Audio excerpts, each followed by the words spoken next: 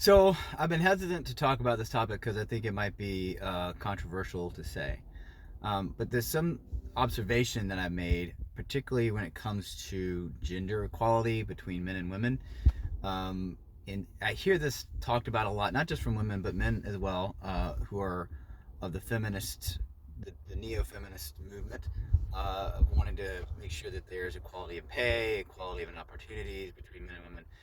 And I would say be careful what you wish for, because when I often hear people talk about women's equality, they talk about making sure that they say how few women there are in C-suite positions in corporate America, or how few women there are in positions of power in political establishments, or in the military.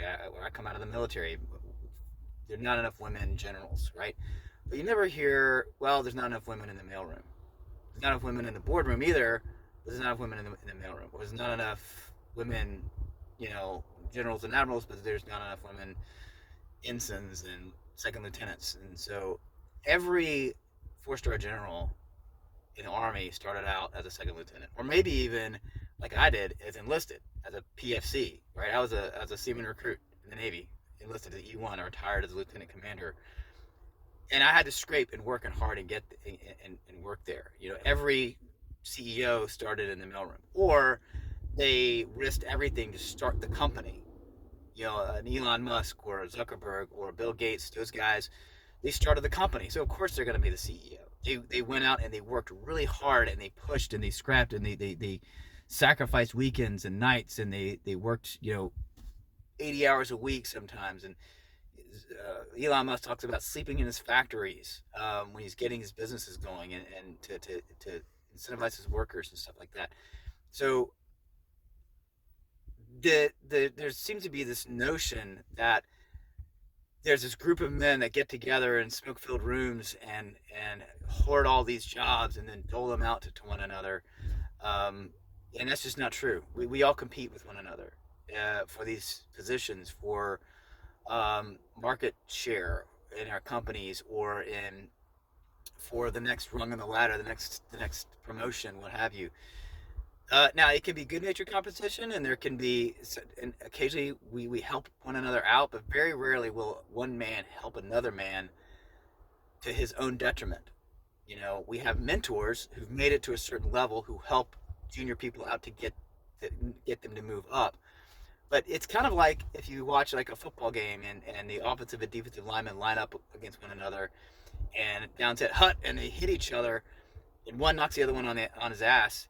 You might see his hand, help him get back up, smack him on the butt, and then they line up and they do it again. So there's a lot of competition amongst men, and if you want to compete for those positions, you got to suit up and compete, and work. Being a woman in this day and age, right now, in this political climate, is going to be a feather in your cap. Let's just be honest.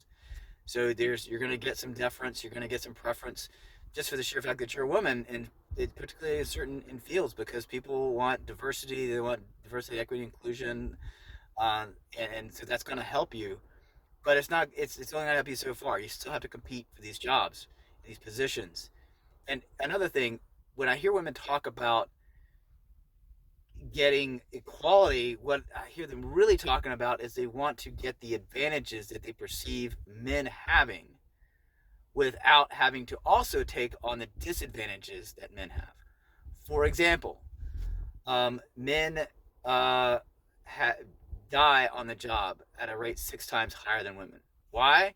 Because men take on high risk occupations. Watch Deadliest Catch. How many women are on that show? One or two?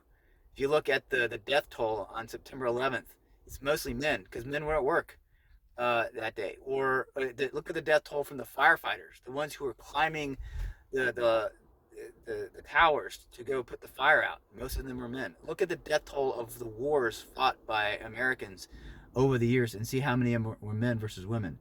So men have we die. We have a high death rate, and I can speak to this as a financial advisor. I do a lot of life insurance. Men pay higher life insurance premiums than women do, all things being equal, for the sheer fact that they're a man, and statistically speaking, they have a higher rate of dying young. Right now, the the population of the United States is about 51-52% female and 48-49% male. That's because of the death toll. It's not because of the birth rate. So are you sure this is what you want? And not only that, if it's so great to be a man and we have so many advantages, then why are we committing suicide at a rate 4 times higher than women? Men kill themselves 4 times greater than women do.